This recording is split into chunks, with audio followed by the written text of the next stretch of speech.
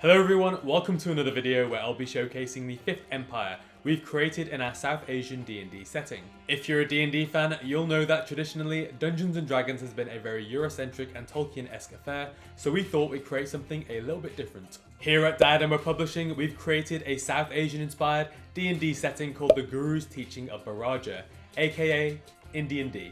If you're curious about why we're doing this, feel free to check out our previous videos which detail our motivations and aspirations for the project.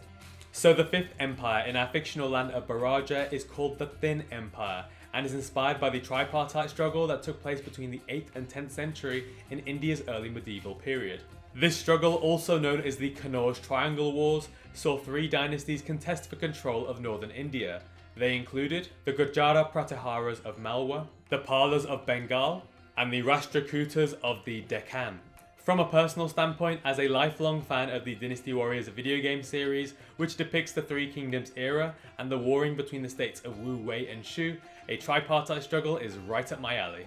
The Gujara Pratiharas ruled much of northern India during this time period. They were known for their sculptures, carved panels and notable architecture, including the Khajuraho, a group of Hindu and Jain temples in the Chhatarpur district. They also claim to be descendants of the legendary hero Lakshmana, who is the younger brother of Rama from the famous Rama and Sita story. The Palas, meanwhile, were astute diplomats and military conquerors, noted for having vast war elephant divisions. Towards the tail end of the empire's history, they experienced a rebellion in the 11th century, which may have been the first ever peasant revolt in India's history. It was called the Varandra Rebellion, but also known as the Kaivata Revolt. The first phase of the revolt was instigated by feudal lords, but the later phase was a spontaneous mass uprising by the mobilized peasants. Finally, the Rashtrakuta Empire's foundation was built upon their access to vast copper mines, which supported increased income and economic growth for the empire. The earliest known Rashtrakuta inscription is a 7th century copper plate grant detailing their rule. That's the historical background covered, now onto the fictional empire we've created in our South Asian D&D setting. Upon the death of Emperor Dani, the path to choosing a consequent ruler proved to be a rather tricky task. The late emperor had 3 children, but they were triplets and there was no record of which made it out of the royal birth canal first. The 3 children were Svarth, Lachi and Jugga. The trio were bitterly competitive, probably ever since their conception, and instead of jointly ruling the empire, they decided it best to divide the land into 3 sections, where they could have individual rule over each. Of course, these new lines on the map were merely for show, and what has resulted since is consistent and repeated warring between the 3 regions of the empire, and a growing hatred between the 3 brothers.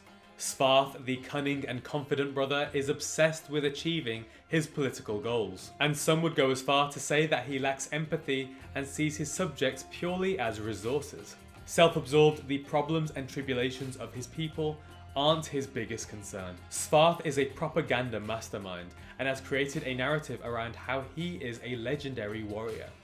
You can't defeat me. Imagery of him in his now famous copper armor, coupled with countless stories of his military strategy and mastery in combat, has led to a form of hero worship of the ruler. It is said that his mere presence strikes fear into the hearts of his enemies once they see him on the battlefield. It's Lubu! Ah! Get out of my way! And that Svarth has killed thousands of soldiers in the tripartite struggle to date.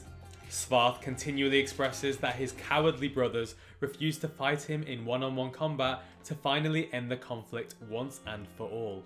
You are a coward. You are a coward. You make me sick. Besides this legendary warrior status that Svarth has conjured for himself, his messaging also revolves around how winning the conflict against his brothers will result in a utopic age for the region. However, some in Svarth's military who served under Emperor Dani don't recall Svarth having much of an aptitude when it came to physical combat nor battlefield tactics. Furthermore, if one were to pay close attention to the many stories of Svarth, it would seem as if he was fighting in multiple battles taking place in different locations at the same time. Some are beginning to question, just how has he been doing this? Lachi, the second of the triplets, is notoriously the most spoiled and pampered of the children and undoubtedly their father's favourite son. Why this is the case is still a complete mystery. His upbringing has influenced his current taste for the finer things in life, which he seemingly treats as a top priority.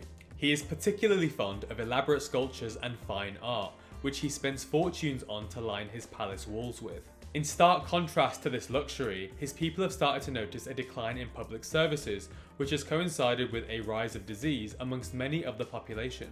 These diseases are largely curable, but the healers under Lachi's sovereignty have been receiving fewer and fewer supplies to operate effectively. The ruler has supposedly attributed these short supplies to the ongoing funds required for the war effort. Apart from artwork, the only other major expenditure Lachi chooses to pour money into is in his military. The sizable force is well funded, well fed, and exempt from paying taxes, which has resulted in those who've enlisted remaining extremely loyal to their ruler. Dissent is however growing amongst Lachi's people, and it's seemingly only a matter of time before revolts start to occur. Juggur, the third of the triplets, was the head of the empire's military under the former Emperor Dani.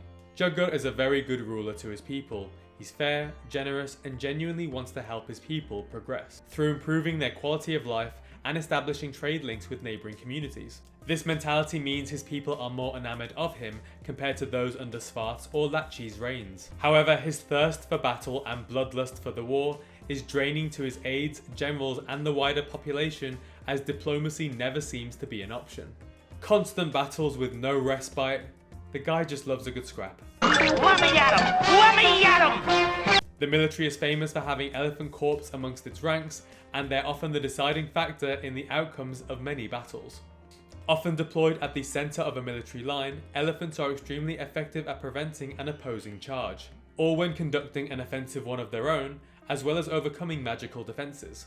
Due to their sheer size, the noise they create, and their menacing tusks, their appearance on the battlefield is understandably terrifying to any opposition. The trio of triplets show no signs of slowing their efforts for singular domination of the region, but many of their subjects are growing weary of the war. Supplies are becoming depleted, soldiers are growing tired of battles occurring thick and fast, and there is a growing desire for peace. Will rulers look to neighbouring empires for support, or will coups to overthrow them emerge? And that is the Thin Empire.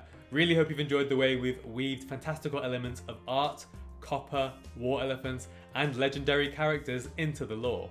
If you're interested in what we're doing and would like to stay up to date with our content, do hit subscribe or follow, and take a look through our reels and YouTube shorts, as we're posting lots of those in between these chunkier uploads. Drip feeding bits and bobs about our pantheon of gods, monsters, and much more. Next up is the Qatar Empire. Stay tuned for that video coming soon.